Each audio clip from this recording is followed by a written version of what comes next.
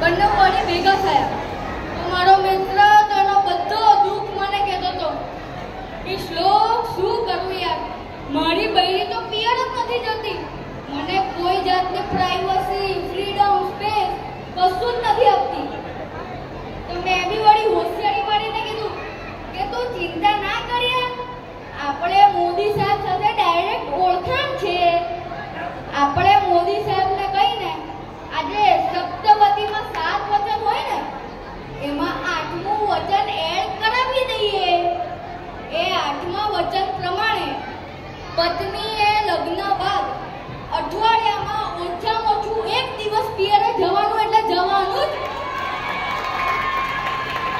ને પતિને 1 દિવસની રજા આપવાની એટલે આપવાની જ, ને પિયર ના હોય તો હોટલમાં રહેવા જતા રહેવાનું.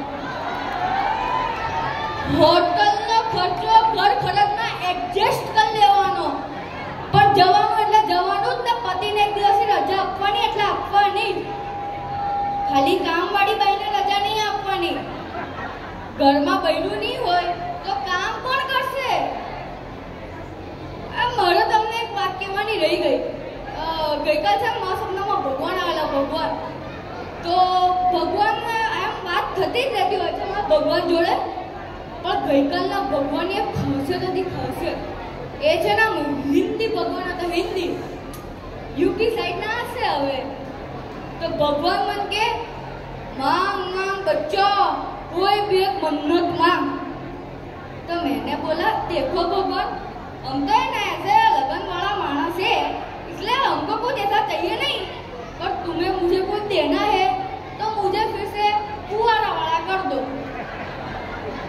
तो भगवान ने मन खबर शू कीधु?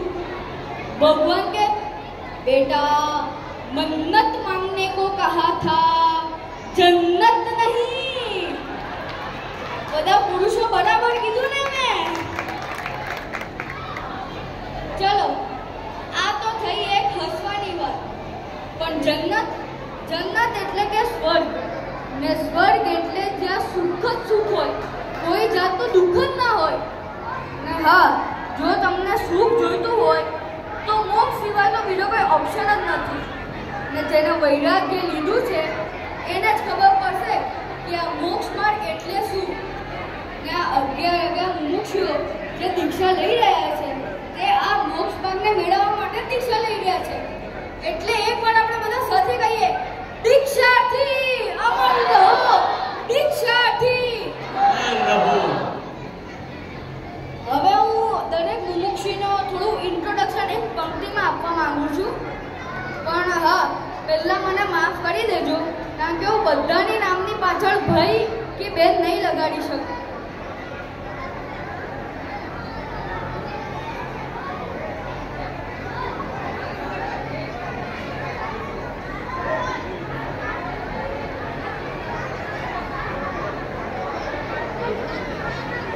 તો આપણે ચાલુ કરીએ પહેલા આર્યથી.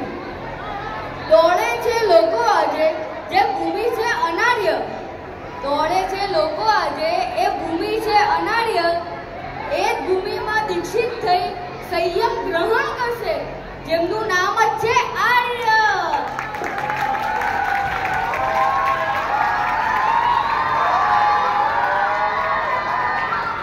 હજી બીજા બાકી છે. દેવોના દેવો વંદે, નર નારી વંદે, એવા સૌ ધર્મેન્દ્રના રાજપાટ પર ચાલશે સંયમના ગ્રહણ ધર્મેન્દ્ર.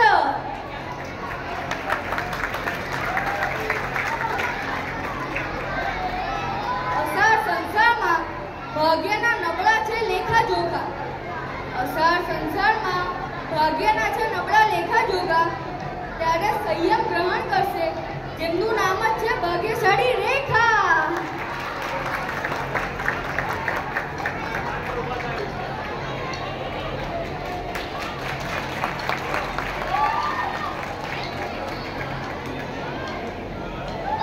ગજો હરણને સંગ લાગ્યો સંયમનો રંગ, ગજો હરણને સંગ લાગ્યો સંયમનો રંગ, લોકો જોઈ થઈ જશે દંગ, જેને સંસારનો કરશે ભંગ.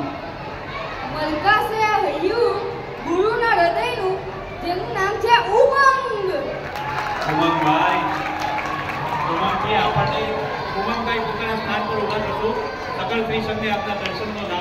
ખૂબ જ સરસ.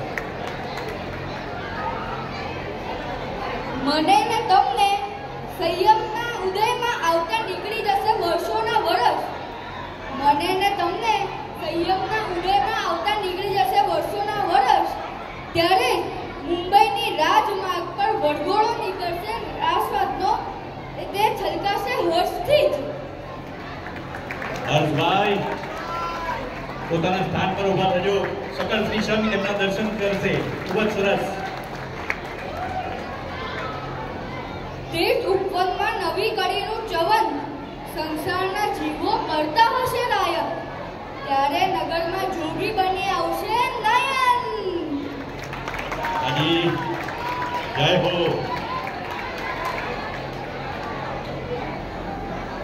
મંત્રો ઉચ્ચારના ચારે બાજુ થતા હશે વિધાન. મંત્રો ઉચ્ચારના ચારે બાજુ થતા હશે વિધાન. નાણીની પ્રદક્ષિણા લઈ સ્વીકારશે સંયમનું દાન. એવા મુમુક્ષી વિધાન.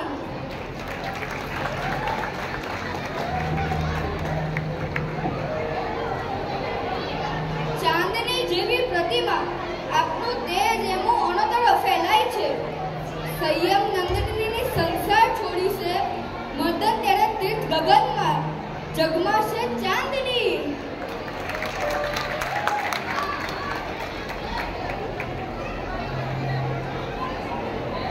જેનું સ્વાભિમાન વિરલ, જેનું આતસ્થ વિરલ, જેના ગુરુ વિરલ, વિરલને પણ મુમુક્ષ વિરલને વિરાટ એવા પ્રિય.